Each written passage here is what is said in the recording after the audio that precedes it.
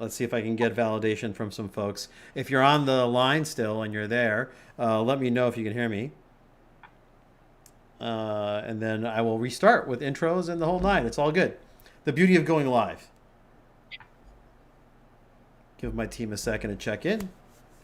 I think we're good. I think we're good. So let's just see if we can get. Yes, thank you, my buddy. Thank you, thank you, my friend G from Florida. All right, we will start this over.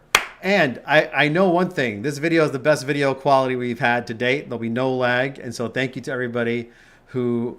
What? And I'm not able to hear. You can't hear me? Yeah, I'm not able to hear anybody. It was working fine. Maybe you hit a button or something. Magna, can you hear everybody? I can hear Bobby. Okay. Dustin. I can hear everybody. I can hear Dustin. Oh, what happened, Bobby? What happened, Bobby? It just happened just now, just out of nowhere, it just stopped working? Do you got a Bluetooth headset or something? How about now? Testing, testing. You hear me? Oh, you got to fix your mic source to something else because you put your headset in. So, give me a second here. So you remember that link I sent you in the very beginning? You got to pick your audio source and then it should work. Oh, look, technology, folks, 2020. And even look, the election isn't over. So don't be upset if the live stream's not working because, like if we can't count the votes, there's no big deal that we can't get the audio working. So, all right. So Bobby, if you want, I think you can literally leave and come back of that link I sent you, right via email. And then when you come in next time, just make sure your audio is the right one. There's a test button and it should work. Please. While Bobby's getting that sorted out, I will continue and do the intros from Magna and Dustin. Magna, Dustin, thank you for your patience, for your love, and for being here today. Magna has a fantastic background. For those of you, who've missed everything I said in the beginning, we're talking about diversity in real estate today. And we have three different perspectives. Magna's coming from the property development space. Great perspective there. Dustin's coming from the commercial real estate space, and Bobby, once he comes back and we get his audio sorted out, is coming from the brokerage and mortgage side of the business. And so we'll just do a quick round of intros. Meg is coming from San Francisco. She's the founder of Butterfly Voyage. It's a boutique consultancy that brings a fresh perspective to real estate development.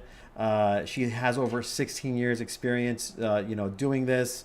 A strong advocate for diversity, equity, and inclusion. If you don't know, that's DEI. You might see it on a lot of, people have that, out on their LinkedIn profiles.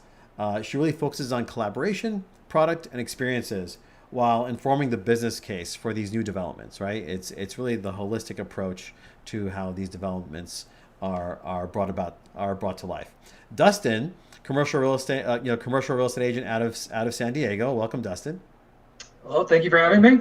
My pleasure, man. 17 years in commercial real estate, fantastic, background. But most recently, the reason what attracted me to Dustin, how I found him, was he's the founder of the Black Commercial Real Estate Network. And this is a network that, serves as a community for connection, within the real estate industry, and to share and for idea sharing and support around Black members of the commercial real estate industry. So thanks so much for coming. He's also a commercial real estate manager for Meisner Jacquet, MJ, as I know it's called, down in San Diego, which is a commercial real estate company in San Diego. Let me see if I can get Bobby back in the room here. Give me 1 second, folks. Bobby, do you hear us? You can hear me? Do you guys hear Bobby? Okay, give me 1 second. Okay, cool. Let me copy this link.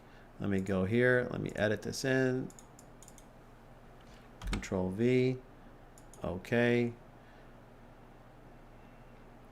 Okay. Can you talk now, Bobby? Yep, I'm here. Can you hear me? Oh, we're good. We are rocking and rolling. Good. Yeah, see that? We can do it. If we can do it, everybody else can get their act together too. So we got it going. All right, cool. So off to Bobby. And so Bobby is the founder of Astos. Dots is a fantastic real estate franchise. It's actually, it's worth calling out here that Bobby is the first African American founder for a real estate franchise in the U.S., which is a huge accomplishment. His company, what I love about his company is he's bringing the level of like Siri or Alexa into real estate, and it's beyond like ask a question, get an answer. It's a true impressive AI platform and he's working with people out of IBM Watson and several great technologies out there. So Bobby, thanks so much for joining this call. Thanks for having me. So look, we have a lot of stuff to dig into. We're a little late on the start. Hopefully we'll be okay. Let's just get right into the conversation. Some people watching right now are going to say diversity is not a problem in real estate. They're going to say that people are still complaining about something that's not real. They're going to say that racism isn't a problem anymore. What is your perspectives on this statement? And we'll just go, Bobby, if you don't mind, if you want to kick it off first. Yeah, I think that definitely is important for me to also say, being a part of this diversity discussion, is that first and foremost, I'm not a victim via this conversation. I'm nobody's victim, but what I want to do is, you're right, share this experience because a lot of people think you come from that perspective, but the thing is I think that, when we start talking about, racism and a lot of the things that take place, especially in real estate, is, unconsciously or consciously, there are things that exist and belief systems that people have. There are bubbles that we all live in. And I think there's some bubbles throughout this country where you don't see any, black or brown people. I think there's some bubbles where you see quite a few, right? And so, but one thing I do want everybody to think about is that some of the most thriving pockets of this country are the most diverse cities throughout the United States. I hope that this conversation that we're about to have, will give some people some insight that at the end of the day, we're all people, and we all want the same thing, which is the best for ourselves and our family and opportunity and access. That's it. I don't want what anybody else has. Right. I just want an equal opportunity. Thanks so much for that, Bobby. I appreciate that. Dustin, how about your perspective? I'll definitely echo what Bobby just said, is that, everyone sees the world through their own lens and their own experience. And I think since this conversation is happening, and I'm extremely grateful for this moment and turning into a movement, and for you having this platform to discuss this, I just think it's an opportunity for us to share our perspective and just share how we see it. Maybe everyone won't agree on that, but again, I think the more opportunities we have to share our experience, and we open a space for sharing and communication, then everybody can grow from it. Thanks so much, Dustin. Meg, how about you? Absolutely. So I echo what both Dustin and Bobby said. I do think that also solving for diversity, equity, and inclusion and racism is not a sprint. It's not a race. It's a marathon. Right. And in order to go forward, we may have to take a few steps backwards to recognize our unconscious bias and how we got here to move forward. Right. And I think that's a fantastic point. I think something else that was brought up is we're not going to solve racism and diversity in this call. The goal of this call is to inspire a conversation and to keep one going, honestly, right? There's a lot of stuff going on. The election's going on. The election cycle is going to end. Are people going to forget that we're trying to change something here and we're trying to move, our society forward so that there's more opportunity and access, as Bobby puts it. But, Bobby, I want to touch back on something, on 2 points, like what inspired me for this conversation. One is a conversation we had before, where you were on the very first stream of the Groundbreaker series, and we had a question about diversity, and you mentioned the Realtist organization. And so for those folks who are here now, I mean, can you give us some history about what's going on in our own industry of real estate? Because I've been in real estate for 20 years and I never heard of the Realtist organization, right? I came into it when I was 22, 24, and obviously, in my bubble of New York City. So you can shed a light, because there's many people like me, I'm sure, who've never heard of the Realtist. Yeah, it's a lot of people, even including Black and brown practitioners throughout the country that hadn't heard of this organization. But I'll say, just like a lot of things in this country, it started off extremely white, and you had women, you had people of color that didn't have access and opportunities, oppressed in different ways, in some similar ways, and for Black people, they weren't allowed. It was literally illegal to call yourself a realtor.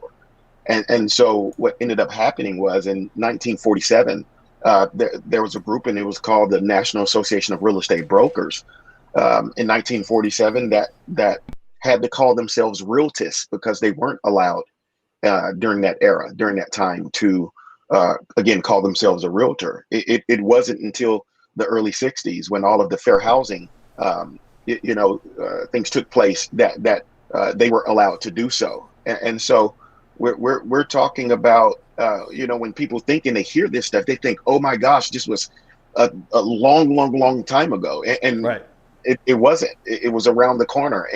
And so, yeah, the realtors came into existence in 1947. They chartered it, and they grew throughout the country. Bobby, when did you buy your house in Galleria? I bought that house in 2006. 2006, so about 14 years ago. And so Mhm. 14 years ago, you're buying your house in Galleria. You were a mortgage broker then? Yeah, I was in a Yeah. mortgage Yeah, business a at the mortgage. time. Right, you're buying a house in Mhm. Galleria. What Mhm. what did you come across in this experience that when you told again, it's like you told me, so I was like, what? I was like, this happened, and Yes. in 2006. So can you share the story? Like what was the experience for you Mhm. buying this home and getting your deed? So what was interesting is I buy this house. It's in a very affluent area. I actually was the very first Black person to buy a home in this particular area in the city of Houston, in the Galleria area. And I buy my home, and just being that I'm in a real estate and looking at the details, literally my deed restriction said no Negroes. Uh, um, it was a mid-century home. I love mid-century design, and it was a very well-known architect that built the property. So this house was built in the 50s. This one was built in 55, Yeah. and those deed restrictions never changed or were updated. And so I had to attend the association meeting and see if we could do something about that. But that is exactly what my deed restrictions mentioned. Yeah. And the reason why I bring this up is not like Bobby's not hurt by this. Like he's not like he didn't bring it up to me and like, oh man, this is an experience that a fellow Hmm. human had to endure in a modern Hmm. time when they bought their home. And I highlight this because to me, I wonder from 1950 to 2006, how many homes were sold here? And how many homes this deed continued to pass hands, and maybe people just didn't look at it. I'm not saying right, but it's these are the little things that can awaken in somebody a feeling of like, man, right? Hmm. And I just want to. I think it's fair for people to just understand that, just put themselves in those shoes. Just imagine buying something today that had some legacy attached to it from 50 years ago, and that said that you weren't welcome. And I think that's the kind of thing in the real estate industry. And to me, it's not about sometimes what we're doing among ourselves, but it's about our clients and like these kinds of systems that we need to really pay attention to and not be so blind to these like leftovers, perhaps, that are going on. So let's talk a little bit about. Thanks for that, man. Let's talk about this vertical because I think this vertical is has a really important part in fighting systemic racism via tech, via brokerage, right? Like so how do we do that? How do we continue to address these issues in a healthy way for our industry and for our clients? Maybe Bobby, you want to go first, or Meg? Meg? Sure. So I think we're at a very pivotal turning point. I think that real estate development in particular, and when it comes to new construction, we have a blank slate. We can either include people or exclude them at this point, and we are going to build a product that will exist for hopefully at least decades, if not hundreds of years to come. So, let's think about how do we bring in diverse perspectives? And by that, I mean, how do we bring in suppliers and collaborators, interior designers, creative companies of color? How do we assure ourselves and our audience, which is growing more diverse by the generation. I'm an elderly millennial. The generations behind me are not only more tech savvy, but much more diverse and mixed up than my generation ever would be. How are we also answering the city mandates that are requiring diverse businesses to be included in RFPs that are won by corporations? And it's a specific term called women and minority owned businesses, which are typically known as MWBE. But how do we bring those groups into there? And once we bring them, how do we teach them the things that may have been missing because they didn't get that leg up initially? Right. 100%. 100%. I love the term elderly. That's elderly millennial. That's a good one. Yeah. I like it. Yeah. Dustin, how about you, man? You've been trying to find your way, your way in your career here. How does the real estate industry and your vision upon it, how the real estate industry can change, right? So there's more inclusiveness for people like you. Yeah. Well, that's a big question. I'm a big believer in creating ripples in the pond that you're in. Right. So even if that's your job, your family, your community, whatever that is just try to make good decisions and make a positive impact in other people's lives. Specific to what the question that you just posed, for me personally, on my path and my career, trying to find my way, it's been a windy journey, and it's been difficult. And not to say that I haven't had good people as mentors in my career, but I really have not seen many black or dark faces in positions of authority and power that I look to on my path as being looking towards as mentors. So I think it's important to number one, try to set a positive example. I say a good example, but also be a resource to other people that are trying to find their way that may come across similar obstacles and similar barriers in their career. So that's been a major focus of mine. 100%. I mean, yeah, that drove you to start BCREN, and on that note, like mentorship is just a huge opportunity. One of my colleagues in the past, Mai Tan, her name is Mai Tan.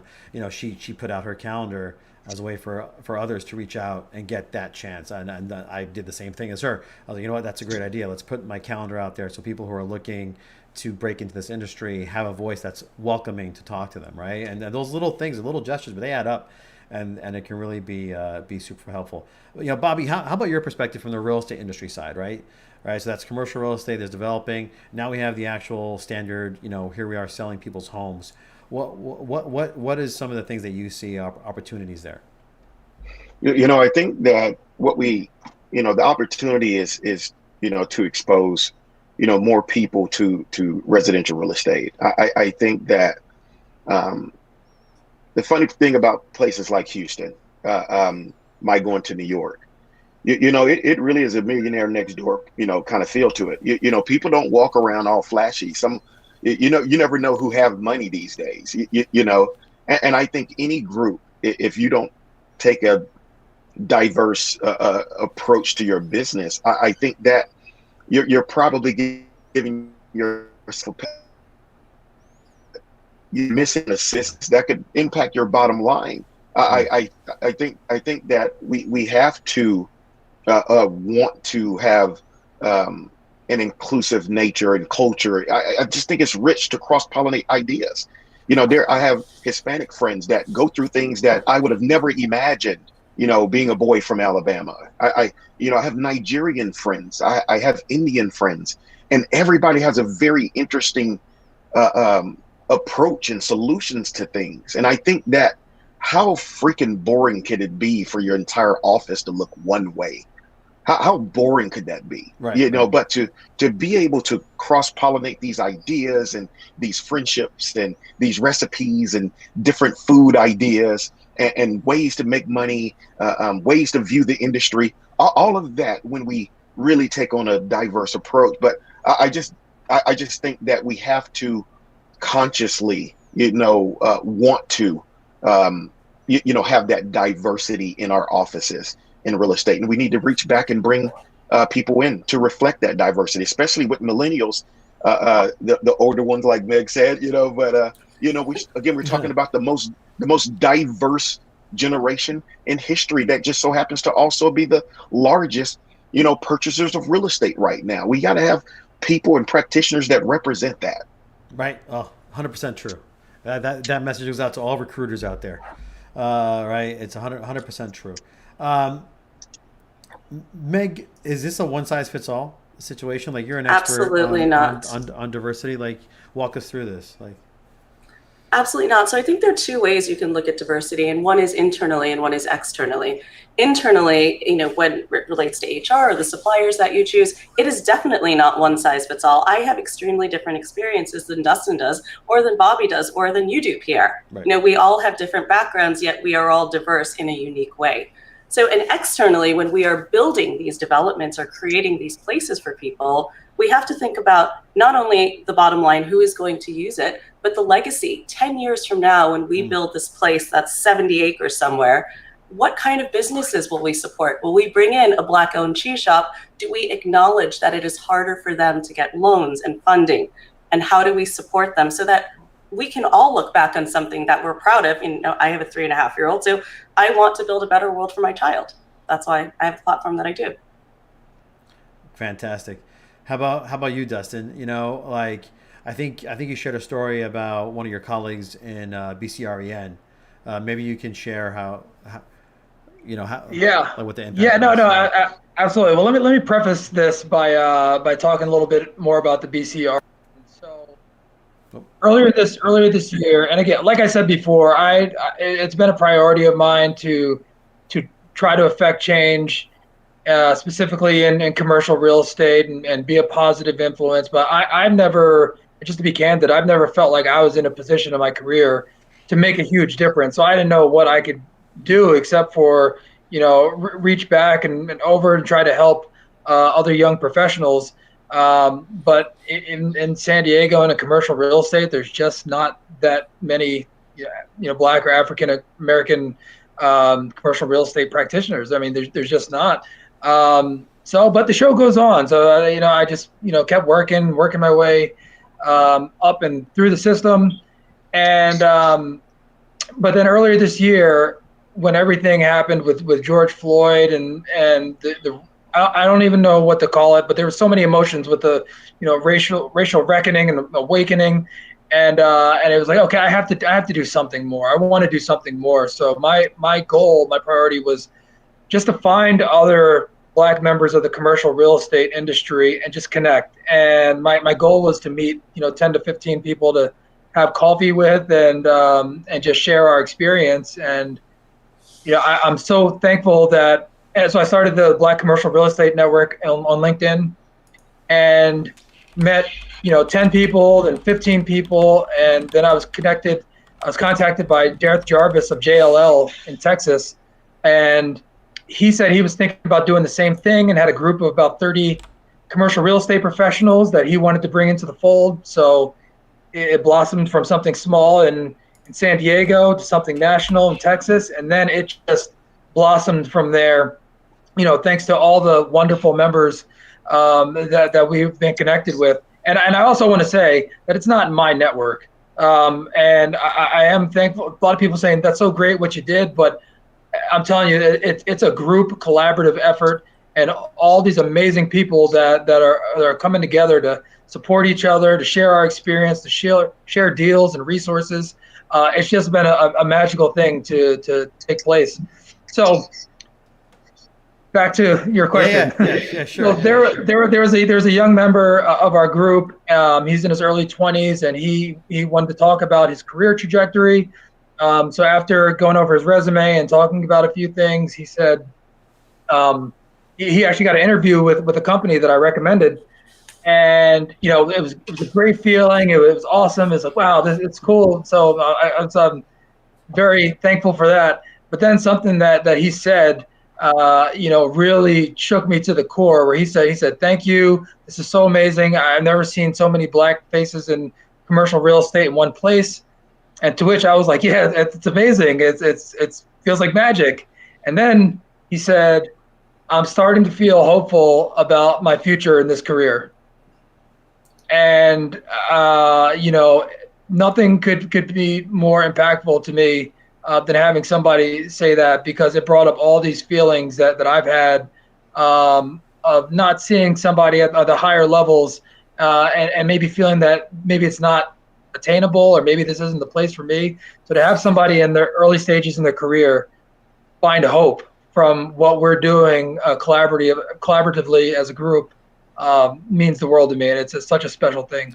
And that's it, right? Real estate is a relationship business, and it's so hard to get those relationships going. And when you come from a world where you've established relationships through your schools and this and that, and you have this like legacy of relationships, and you're going into commercial real estate, you have a leg up. So creating this network that allows further lift and creates network. It's a huge opportunity and a huge gift to all the members, and I think to the commercial real estate industry. So just fantastic there. So let's fast forward a bit, and we've all shared some insights here on like some stories, some personal stories and experiences that you've gone through.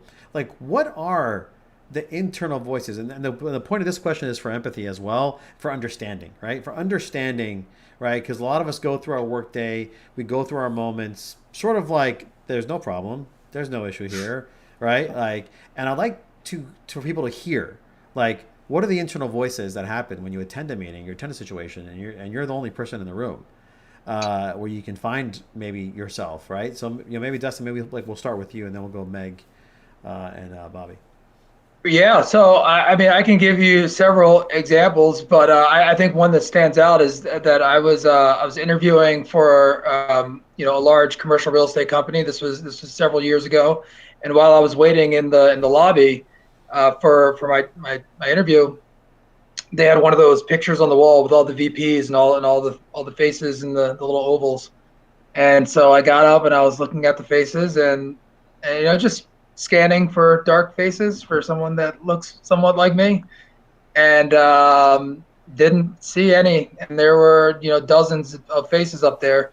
I saw one. He was an Indian gentleman, so not quite the same. But it's that feeling that when you scan the magazines or on TV and you don't see faces that reflect what you may feel as your experience, it's demoralizing. I mean, Yeah, just to be honest about it, like it is. If you don't see other people that look like you in positions, you at a subconscious level, you start to feel that maybe it's not the right place for you.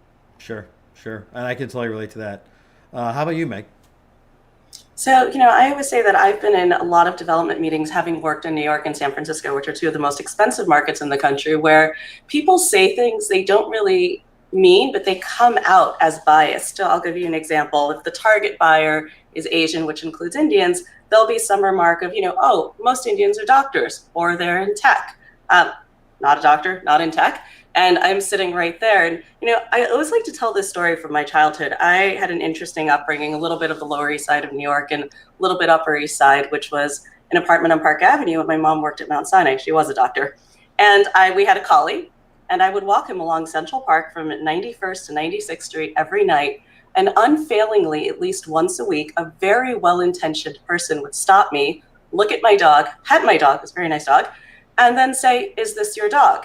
And I didn't understand, being a 12-year-old geeky girl, what that meant until I got a lot older. It was, someone that looks like you can't possibly have a dog this beautiful. So, I always tell that story to illustrate that these were not evil people that were, Right. overtly racist. Right. This is just unconscious bias executed. Right. Right. I mean, look, I grew up in the same neighborhood, right? I grew up in the Upper East Side, like all my friends did, and it's very true. Like there's this, it's not like it's like their assumption is, oh, you must be a paid dog walker, And so they sort of ask the question like, oh, is this your dog?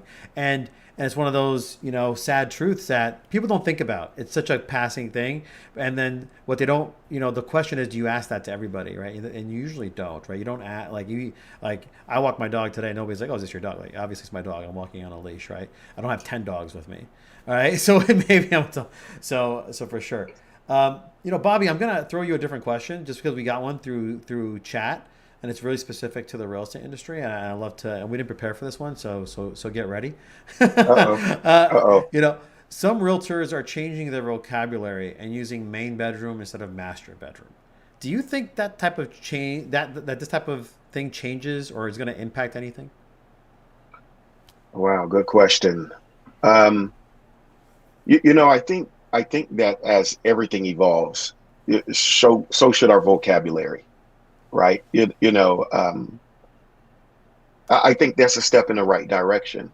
It was pretty interesting, and when I first heard that, right here in Houston was one of the first associations in the country that addressed that, and kudos to our local association here because they like to be on the forefront of change.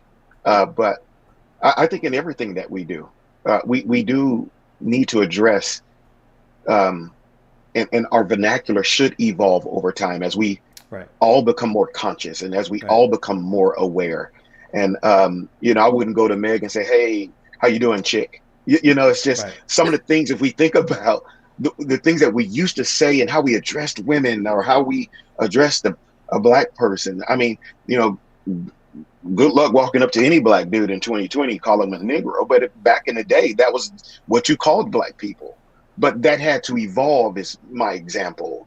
Like as we all get smarter and more conscious and more aware, our terminology and the way we address people should evolve. We should get to that point to where I hopefully will respect a woman when I walk up to her and my eyes are up, and I walk up to a black guy and I'm not so absorbed into his complexion and skin color that I can't even understand what the hell is coming out of his mouth because I'm stuck on the color of his skin.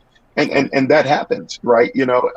Or you don't have to clutch that purse or move to the corner of the elevator. The conscious and unconscious things that people do. And it's like, really? Am I stinky? Or is my black going to jump on you or something? What's going on here? But it's interesting. Some of the behaviors and the dialogue. And you know what? Depending on where you go in the country, it's even worse because you're like a walking museum when you go in that city. They don't see black people in that city or they know the one or two families that are in that city. 100%. That are black and brown. 100%. And so I think we do have to evolve the way we talk and speak. Magda? I'd love to add to that. So in luxury development, we're always value engineering to try to maximize the profit. One way that we've always done it is nomenclature. And I'll give you an example. When there are more LGBTQ purchasers, we cannot say his and her bathrooms in development. So we address it there, and we can, to Bobby's point, we can use words to include people or we can use them to exclude people. That's a great example. Great Good example. point. I have another question that came in from chat. This is for everybody. We can start with Meg and then go Meg, Dustin, Bobby.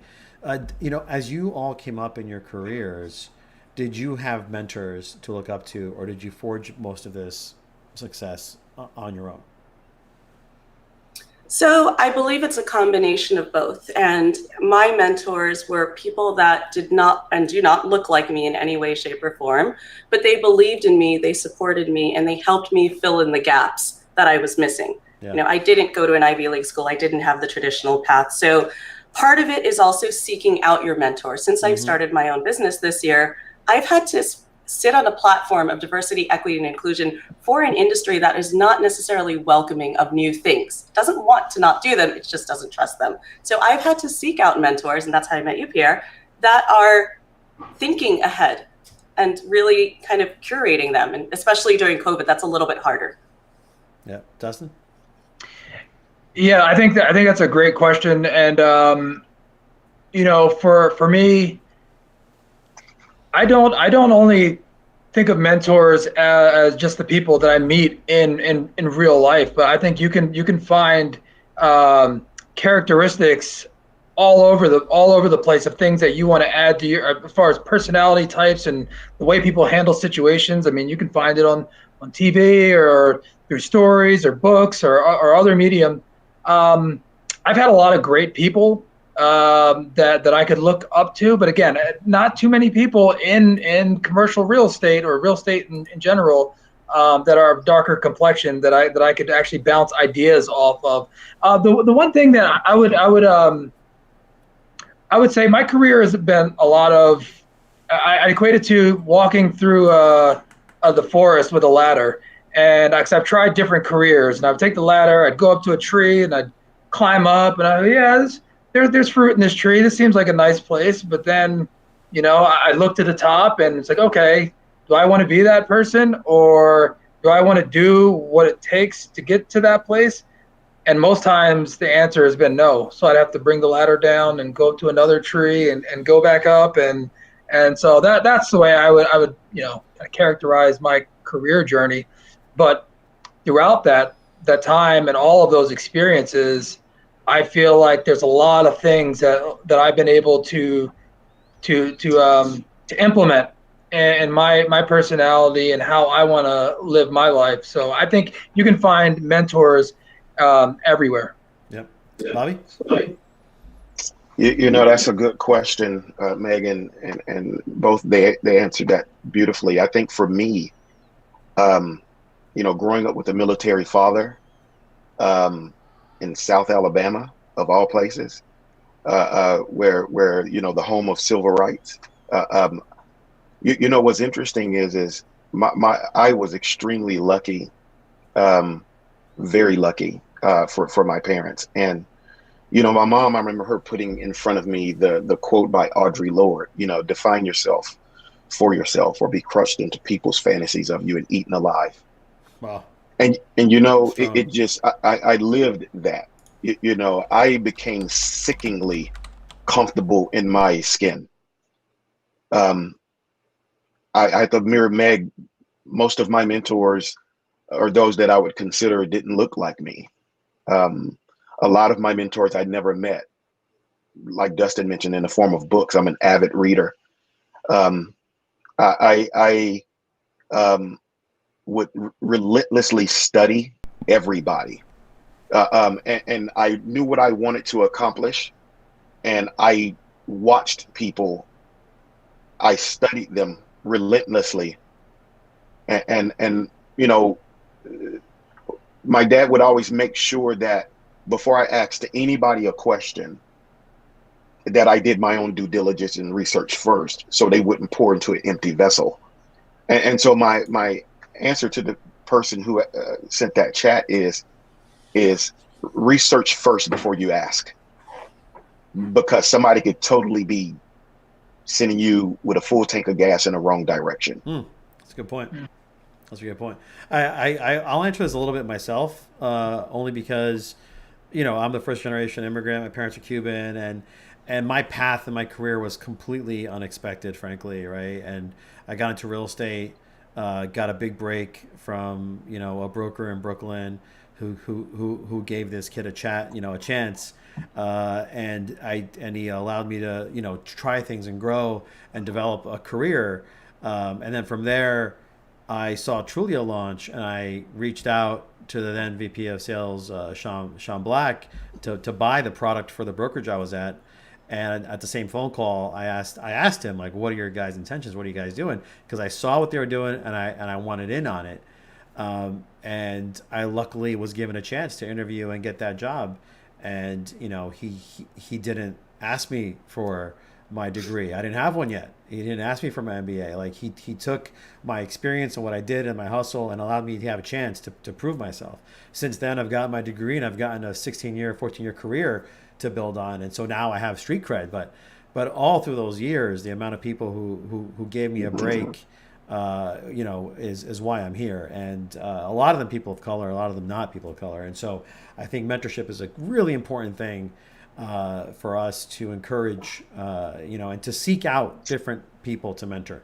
Don't just mentor people in your mirror, right? You know what? I want to add to this because also I feel extremely fortunate. And Bobby, I think that's a good point. Like my family, I'm very fortunate to have a great, loving, strong Right. family, and I'm mixed.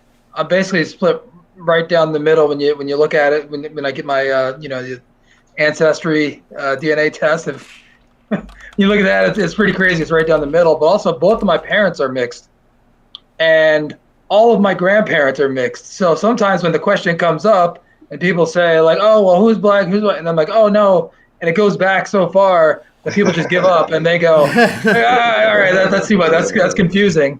Um, but strong people and going back to like characteristics and the lessons that you learn from people. I'm so fortunate to have great parents and grandparents and cousins and uncles that I've had as a foundational resource in my life, and that's one of the other things that I'm very passionate about is about helping youth, because there's a lot of kids out there, black, white, Hispanic, otherwise, that are in the foster care system, that don't have parents. So I would actually encourage anybody out there that if you do have any time and I know things are crazy, but try to see if you can volunteer in any way possible and help people out that may not have that family structure, that resource available. It's very much needed, and the people that you meet in that industry are some of the kindest, most amazing people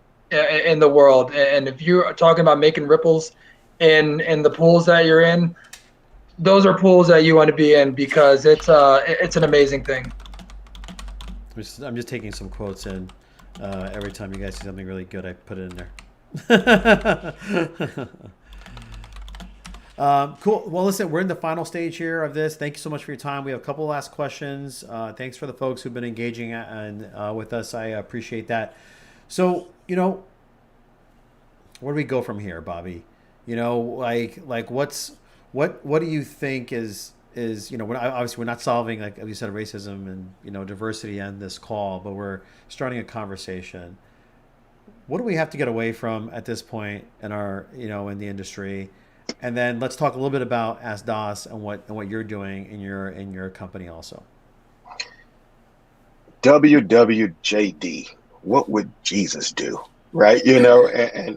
And what we honestly just have to do is really go to the bathroom, close the door, and look that man or woman in the mirror. And you know what? Have a really good conversation with yourself, your own biases, your own hangups, and ask yourself, where the hell did you learn that from? Where did you get that from?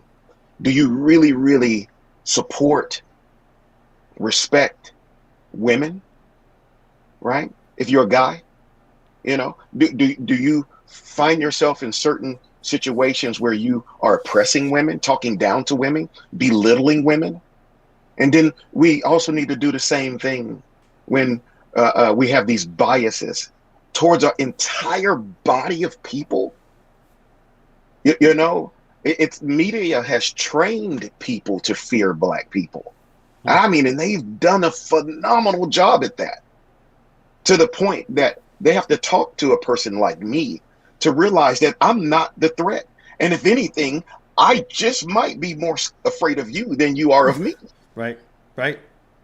And so, but to just deal with people, the character of people, and try to minimize as much as possible this prejudging of people. I don't know you and you don't know me. Let's have a conversation and let's be able to discuss what we're dealing with. See that I'm a Black man. That if you're ever the type of person to say, well, I don't see color, you are failing already. You're failing already, because I need you to see that I am God. Life at best is difficult. Imagine being Black. Imagine being Black. I said in the first one, I've never been a white guy. I've never been a woman. I've never been gay. I have a daughter who's openly gay.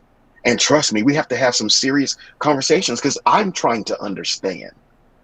right? But there are differences. But that's also this beautiful thing called gumbo. And if you ever taste it, it tastes awesome.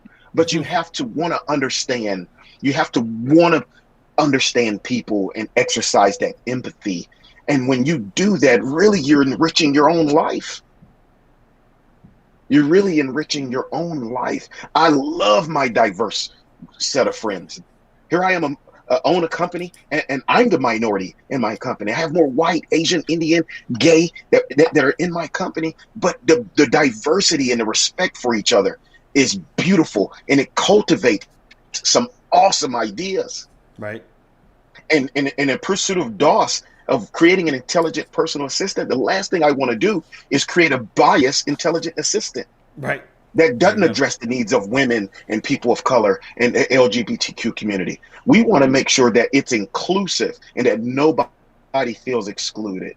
And so I made it a point as the CEO and founder of my company that I have a diverse team and that we represent everybody. And that's a conscious decision. And it's a beautiful one. That's great, Bobby. I love it. You know, Meg, you're in the real estate development space. How is BV, Butterfly Voyage and yourself changing the conversation in your space? Absolutely. So I think I'll answer your question backwards. In terms of Butterfly Voyage, we are actively working with development teams to say, we know you not only need to address diversity, you want to address diversity, but you don't necessarily know how to get there. So we will sit there and implement best practices for marketing, for design strategies, for the types of suppliers or collaborators that they bring in. And on our side, we'll also make sure that those collaborators are really prepared to walk into a room of developers and equity partners who want to hear things quickly and efficiently. So really enabling and engaging with the teams to get them to the finish line and proving that diversity is ultimately very good for your bottom line and for your legacy. And then the second part of your question, what am I doing personally? I speak up now. It took me a long time, I'm almost 40, to understand that I didn't think I had a platform. I actually did have an experience. I did have the experience and a platform. So now when I walk into a room, I'm slightly grumpy enough and old enough to say, and experienced enough, where is the color? Why is it a group of white men when we are designing it for a group of people, that may be renting in all shapes and sizes?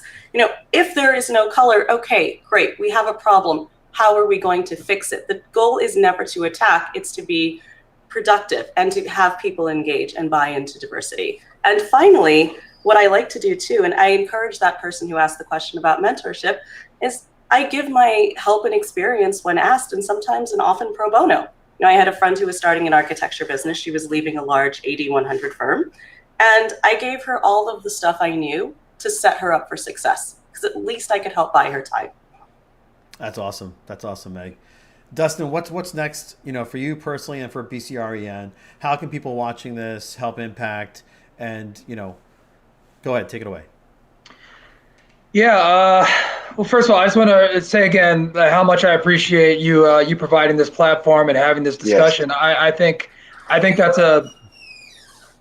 the main way that I see progress happening is open dialogue, having conversations. And I know sometimes we feel, individually and collectively, that you want things to be further along than they are, but that's not how things generally work. And I would say one of the things that we have to be kind to each other, but be kind to yourself, because having one person solve racism in overall or in any industry, I mean, that's too much to ask for anybody to do. So I think that's kind of answering part of your question. Yeah. But I would say, honestly, I don't know. I don't know how we're going to do this. I don't know when we're going to do this, and I don't know, but I can tell you how we're going to do it. And I think foundationally, when I go back to the characteristics that you see in other people that I like to implement in my own life, I would say I think it's going to take everybody to do that. For me personally, that's patience, kindness, empathy, diligence, the virtues, basically. And if you were to, if us individually do those things, then that's how we're going to get it done. Well, what it looks like, or exactly Right. the tangible steps are. I don't know, and I'm happy to hear any ideas that you have. But I think it's with kindness, with love, Yeah. with openness, and open dialogue. Bobby? Being a Forbes contributor in writing for them, I have to do a lot of due diligence and I have to do a lot of perspective writing. You know, and this is an amazing fact, is that we think about how big Texas is. There are a few states in this country like California, Florida, Texas, New York. We don't realize that literally almost 62% of all licensees in the United States are just in those 5 states. Wow. And in a state like Texas, there are only 1.45% that are African American. 1.45% of all licensees. And majority of those people are in Houston. And so, but when I walk, to Dustin's point, and to Mick's point, when I walk into a conference and I go to that conference and I don't see any faces like me speaking on stage, and it's like, or you even barely see women. And what we have to do as an industry is encourage, diversity.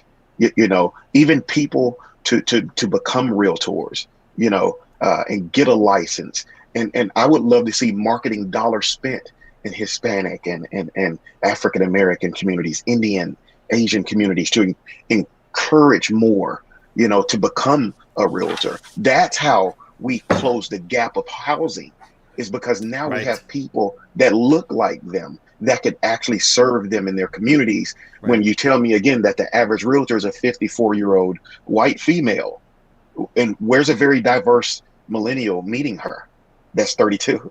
Where are they meeting? Right. And so, at DOS, we want to be able to give people information and mobilize it and make it humanize it like it's never been done before. Therefore, these people can get the information they need to make the most educated decision about the largest purchase most of us, all of us, will make in our lives. Right. And so we just have to all do our part. Do your part. And if we do our part, it'll impact the greater good. That's awesome. Well, Dustin, Meg, Bobby, thank you all so much for your time today. Sorry for the start, the digital technology snafus that we had. I'll go back and check everything, make sure it was good. But thank you all for your time. Thank you for the conversation. Thank you for the insights. I hope that the folks who not just saw this today, but the people, this will live on now in the internet and it will be watched again. And I will continue to promote it as well. So I hope that they get something out of it as well and can learn. I appreciate you all so much. I'm going to end the stream now. Thank you. You guys can stay on though. Yeah. Thank